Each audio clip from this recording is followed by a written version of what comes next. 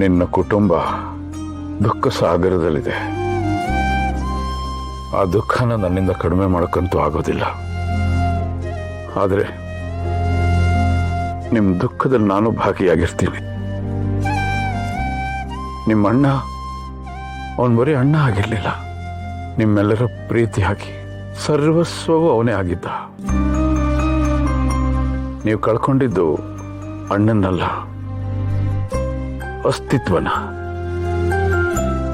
ನೀವು ಕಳ್ಕೊಂಡಿದ್ದನ್ನಂತೂ ನಾನು ಖಂಡಿತ ಕೊಡೋಕ್ಕಾಗೋದಿಲ್ಲ.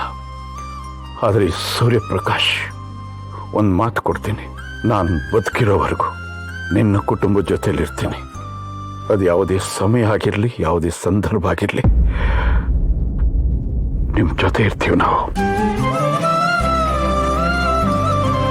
ಸರ್, ಹಿರಿಯರಾಗಿ ನೀವು ಬಂದು ನಮಗೆ ಸಾಂತ್ವನ ಹೇಳಿದಿರ. ಅದಕ್ಕಿಂತ ಮಿಗಿಲಾಗಿ ಇನ್ನೇನು ಕೇಳ್ಬೋದು ಸರ್. ಆದರೆ ಹರಿದಿರೋ ಬಟ್ಟೆಗೆ ಎಷ್ಟೇ ದುಬಾರಿ ಆಗಿರೋ ತೇಪೆ ಹಾಕಿದ್ರು ಅದು ಹೊಸದಾಗಲ್ಲ ಸರ್.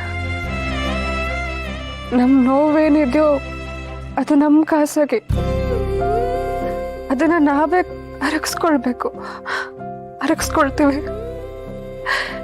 ನೀವೇನೇ ಸಹಾಯ ಮಾಡೋಕೆ ಬಂದರೂ ಅದು ಸಾಲ ಅನ್ನಿಸ್ಕೊಳ್ಳುತ್ತೆ.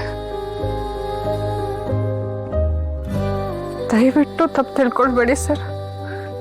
ನೀವಿಲ್ಲಿದ್ರೆ ಅಲ್ಲಿ ನಿಂತಿರೋ ಜನಕ್ಕೆ ಬರೀ ಹುಳುಕೆ ಕಾಣುತ್ತೆ. ಅವ್ರೇನಾದರೂ ತಪ್ಪಾಗಿ ಮಾತಾಡಿ ನಿಮ್ಮ ಮನ್ಸಿಗೆ ನೋವು ಮಾಡಿದ್ರೆ ಅದನ್ನು ನಮಗೆ ಸಹಿಸ್ಕೊಳಕ್ಕಾಗಲ್ಲ ಸರ್. ಹಳ್ಳದ ನೀರು ತಿಳಿಯಾಗೋವರೆಗೂ ನೀವಿಲ್ಲಿರೋದು ಸರಿಯಲ್ಲ. ಪ್ಲೀಸ್ ಸರ್, ಪ್ಲೀಸ್ ಇಲ್ಲಿಂದ ಹೊರಟ್ಬಿಡಿ.